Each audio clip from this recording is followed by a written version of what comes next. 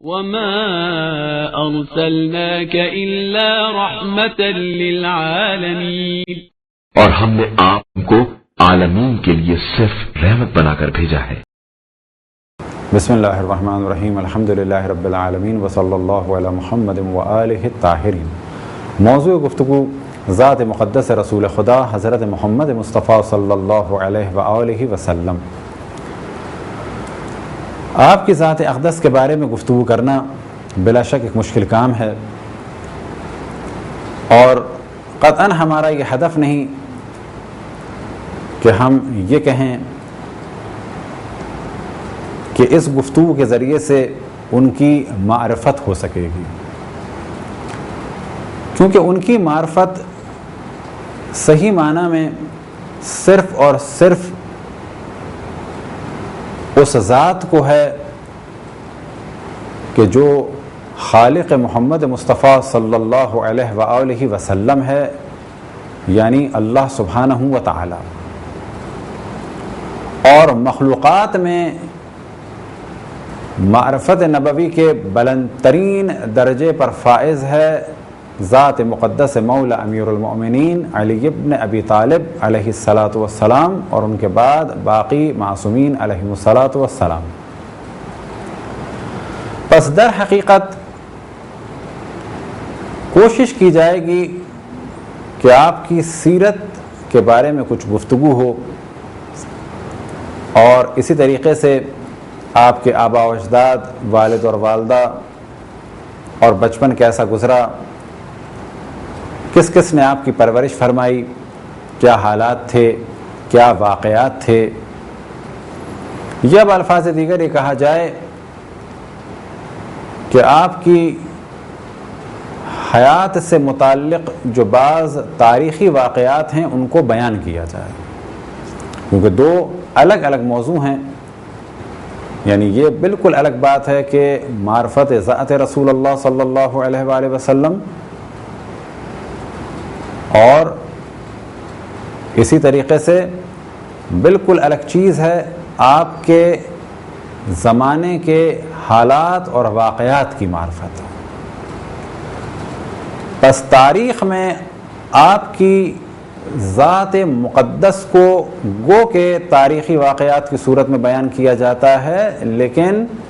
در حقیقت ہدف یہ ہوتا ہے کہ اس زمانے کے حالات اور واقعات کو بیان کیا جائے۔ البتہ اس میں شک نہیں کہ ہم سب کو دعا گو رہنا چاہیے کہ اللہ سبحانہ و تعالی ہمیں اپنے انبیاء، خصوصاً حضرت محمد مصطفیٰ صلی اللہ علیہ وآلہ وسلم کی معرفت، اور ان کے بعد رسول اللہ صلی اللہ علیہ وآلہ وسلم کے خلفاء اور ائمۃ المسلمین، یعنی مولا امیر المؤمنین علیہ الصلاۃ والسلام، اور ان کے 11 فرزندوں کی معرفت عطا فرمائے۔ اور اسی دعا کو کہا جا سکتا ہے کہ غیبت کے زمانے کی ایک اہم ترین دعا ہے، اللہم عرفنی نفسک فإنک ان لم تعرفنی نفسک لم عارف رسولک، اللہم عرفنی رسولک فإنک ان لم تعرفنی رسولک لم عارف حجتک، اللہم عرفنی حجتک فإنک ان لم تعرفنی حجتک زللت عن دینی۔ یا اللہ تو مجھے اپنی معرفت کرا، اگر تو نے مجھے اپنی معرفت نہیں کرائی تو میں تیرے نبی کی معرفت حاصل نہیں کر سکتا۔ یا اللہ تو مجھے اپنے نبی کی معرفت کرا، اگر تو نے اپنے نبی کی معرفت نہیں کرائی تو میں تیری حجتوں کو نہیں پہچان سکوں گا۔ یا اللہ تو مجھے اپنی حجتوں کی معرفت کرا، کیونکہ اگر تیری حجتوں کی معرفت نہیں ہوئی تو میں جہالت کی موت مروں گا اور دین سے گمراہ ہو جاؤں گا۔ تو اس میں تو شک نہیں کہ اللہ سبحانہ و تعالیٰ کی معرفت، اور اگلے مرحلے میں انبیاء اور خصوصاً حضرت محمد مصطفیٰ صلی اللہ علیہ وآلہ وسلم کی معرفت، اور ان کے بعد ائمہ اثنا عشر علیہم السلام کی معرفت کے بغیر دین مکمل نہیں ہو سکتا۔ لیکن اس جانب بھی توجہ رہے کہ معرفت کے بھی درجات ہیں۔ جس طرح سے ہم سب اللہ سبحانہ و تعالیٰ کی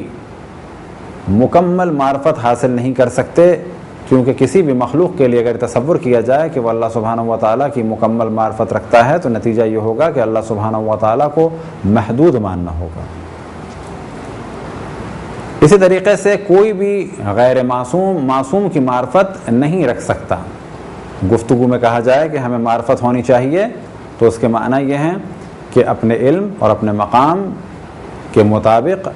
اللہ سبحانہ و تعالی انبیاء علیہ السلام، خصوصاً رسول اللہ صلی اللہ علیہ وسلم، اور ان کے بعد آئمہ علیہم کی معرفت ہونی چاہیے، لیکن معرفت کے درجات ہیں۔ رسول اللہ صلی اللہ علیہ وسلم کی ذات کو اگر ڈسکس کیا جائے تو چند مرحلوں میں تقسیم کیا جائے گا، جن میں سے پہلے 2 مرحلے ہیں اس دنیا کی زندگی اور اس دنیا سے پہلے کی زندگی کے، جسے کہا جاتا ہے عالم انوار، یعنی جب آپ نور کی صورت میں تھے۔ دنیا بننے سے، حضرت آدم کی خلقت سے قبل، ملائکہ کی خلقت سے قبل، اللہ سبحانہ و تعالیٰ نے نور رسول خدا حضرت محمد مصطفیٰ صلی اللہ علیہ وآلہ وسلم کو خلق فرمایا۔ مختلف روایات ہیں کہ کتنے ہزار سال پہلے، کہ جن میں سے ایک مشہور روایت ہے 4,24,000 سال پہلے۔ البتہ جب سال یا دن کہا جائے تو اس جانب بھی توجہ رہے کہ کون سا سال اور کون سا دن۔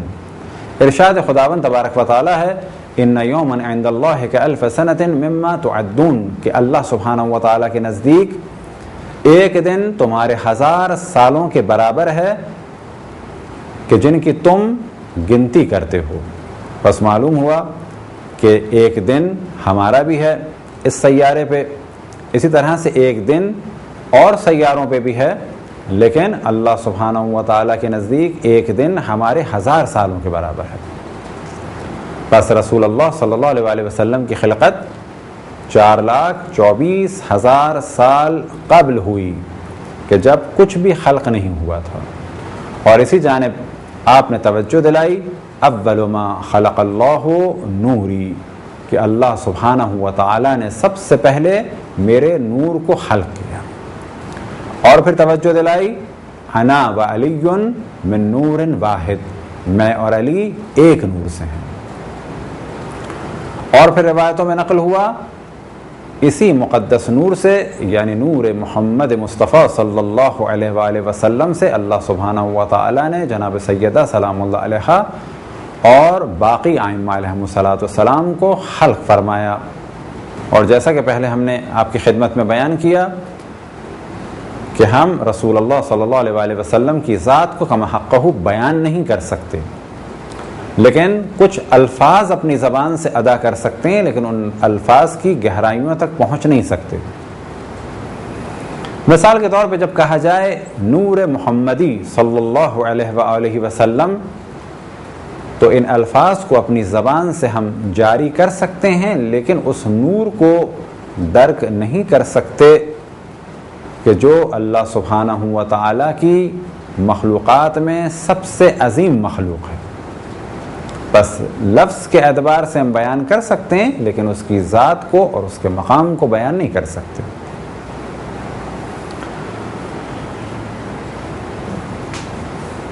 اور کچھ مثالیں دیں کہ ہم جنت اور جہنم کا ذکر کر سکتے ہیں، لیکن جنت و جہنم کی مکمل معرفت کسی کو بھی نہیں کرا سکتے اس دنیا میں۔ بس جنت اور جہنم کے بارے میں گفتگو الگ موضوع ہے، جنت اور جہنم کی معرفت الگ موضوع ہے۔ بالکل اسی طریقے سے رسول اللہ صلی اللہ علیہ وآلہ وسلم کی زندگی کے بارے میں گفتگو ایک الگ موضوع ہے، اور آپ کی معرفت ایک الگ موضوع ہے۔ ہم سب کو دعا کرنی چاہیے کہ معرفت رسول اللہ صلی اللہ علیہ وآلہ وسلم حاصل ہو، اور اگلے مرحلے میں ان کے اہل بیت علیہم السلام کی معرفت حاصل ہو، لیکن ہماری گفتگو میں در حقیقت حالات اور واقعات کو بیان کیا جائے گا۔ عالم انوار کے بارے میں ایک روایت نقل ہوئی کہ جسے علامہ مجلسی نے حیات القلوب میں نقل فرمایا ہے کہ عالم انوار میں بھی کچھ مرحلے تھے، اور ان مرحلوں کو حجاب کہا گیا ہے، اور ان مرحلوں اور حجاب کی تعداد 12 تھی، اور ہر مرحلے میں آپ کا ایک خاص ذکر تھا، اور ہر مرحلے میں ایک خاص مدت تک آپ نے قیام فرمایا۔ ان 12 مرحلوں میں سے پہلا مرحلہ ہے کہ جسے روایت میں کہا گیا حجاب القدرت، اور اس مرحلے میں آپ کا نور 12,000 سال رہا، اور اس وقت آپ کا ذکر تھا سبحان ربی الاعلی۔ دوسرا مرحلہ یعنی دوسرا حجاب تھا حجاب العظمت، اور اس مرحلے یا اس حجاب میں 11,000 سال آپ کا نور رہا، اور اس مرحلے میں آپ کا ذکر تھا سبحان عالم السر۔ تیسرا مرحلہ تھا حجاب المنہ یعنی احسان، اور اس مرحلے میں 10,000 سال آپ کا نور رہا، اور اس مرحلے میں آپ کا ذکر تھا سبحان من ہوا قائم لا یلہو، یعنی پاک اور پاکیزہ ہے وہ ذات کہ جو کسی قسم کا غلط اور بے حکمت کام نہیں کرتا۔ ان مرحلوں میں سے پہلا مرحلہ یا پہلا حجاب وہ تھا حجاب القدرہ یعنی حجاب القدرت، اور اس مرحلے میں 12,000 سال آپ کا نور مبارک رہا، اور اس مرحلے میں آپ کی تسبیح اور آپ کا ذکر تھا سبحان ربی الاعلی، یعنی پاک اور پاکیزہ اور بہت ہی بلند ہے میرا پروردگار۔ اگلا مرحلہ یا اگلا حجاب تھا حجاب العظمت، اور اس مرحلے یا اس حجاب میں آپ 11,000 سال رہے نور کی صورت میں، اور آپ کا ذکر تھا سبحان عالم السر، یعنی پاک اور پاکیزہ ہے وہ ذات کہ جو رازوں کی جاننے والی ہے۔ تیسرا حجاب تھا حجاب السر، اور اس میں آپ 10,000 سال رہے، اور اس میں آپ کا ذکر تھا سبحان من ہوا قائم لا یلہو، یعنی پاک اور پاکیزہ ہے وہ ذات اللہ سبحانہ و تعالی کہ جو کسی قسم کا کوئی بھی غلط کام یا یہ کہ بے مصلحت کام انجام نہیں دیتا۔ چوتھا حجاب تھا یا چوتھا مرحلہ تھا حجاب رحمت، اور اس میں 9,000 سال آپ کا نور رہا، اور اس نور کی تسبیح اس عالم میں تھی سبحان رفیع الاعلی، یعنی پاک اور پاکیزہ اور بہت ہی بلند اور بلند مقام اللہ سبحانہ و تعالیٰ کی ذات ہے۔ پانچواں مرحلہ یا پانچواں حجاب تھا حجاب السعادت، اور اس مرحلے میں آپ 8,000 سال رہے نور کی صورت میں، اور اس میں آپ کا ذکر تھا سبحان من ہوا قائم، اور بعض جگہ نقل ہوا سبحان من ہوا دائم لا یسہو، یعنی پاک اور پاکیزہ ہے اللہ سبحانہ و تعالیٰ کی ذات کہ جو سہو و نسیان سے پاک اور پاکیزہ ہے۔ چھٹا مرحلہ یا چھٹا حجاب حجاب الکرامہ، اور اس میں آپ کا نور 7,000 سال رہا، اور اس وقت آپ کا ذکر تھا سبحان من ہوا غنی لا یفتقر، کہ پاک اور پاکیزہ ہے وہ کہ جو غنی ہے ہر اعتبار سے اور کسی بھی اعتبار سے فقیر نہیں ہے، یعنی کسی کا بھی محتاج کسی بھی اعتبار سے نہیں ہے۔ ساتواں مرحلہ یا ساتواں حجاب تھا حجاب منزلت، اور اس میں آپ کا نور 6,000 سال رہا، اور اس وقت آپ کا ذکر اور آپ کا ورد تھا سبحان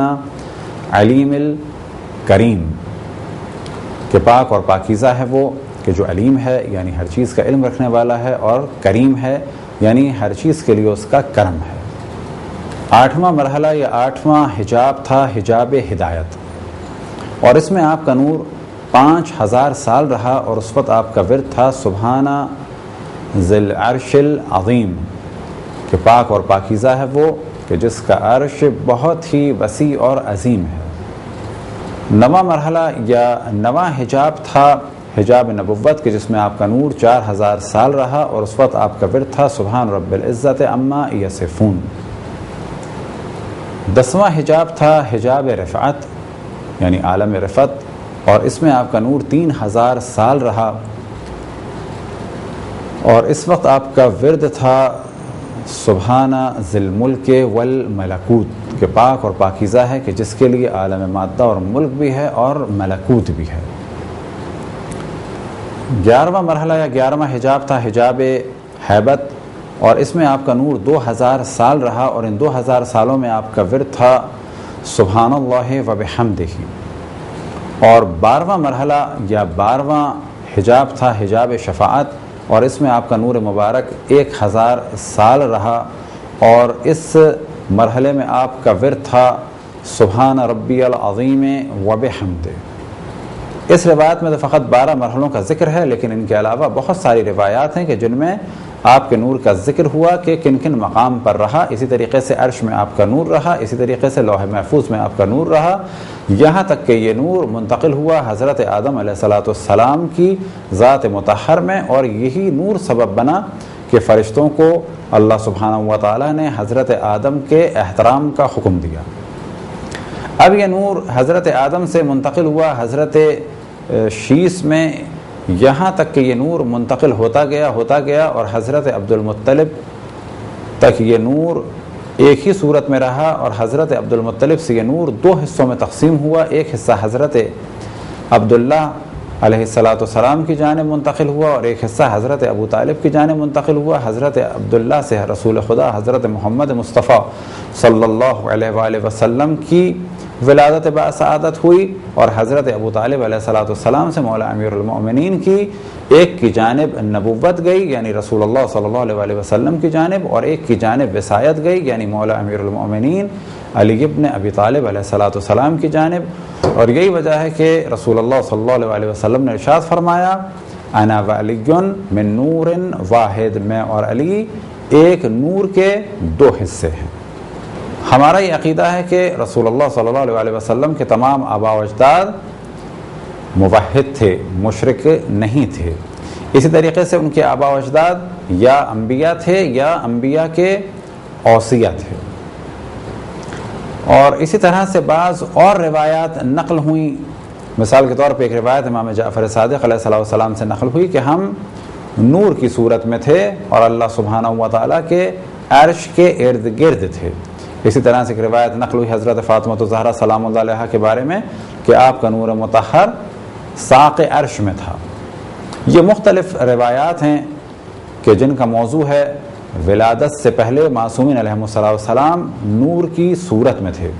خداوند تبارک و تعالیٰ سے دعا ہے کہ بحق نور محمد و آل محمد ہم سب کے قلوب کو نورانی فرما، اور امام زمان علیہ السلام کے اصحاب اور انصار میں شامل فرما. ربنا تقبل منا انک انت السمیع العلیم.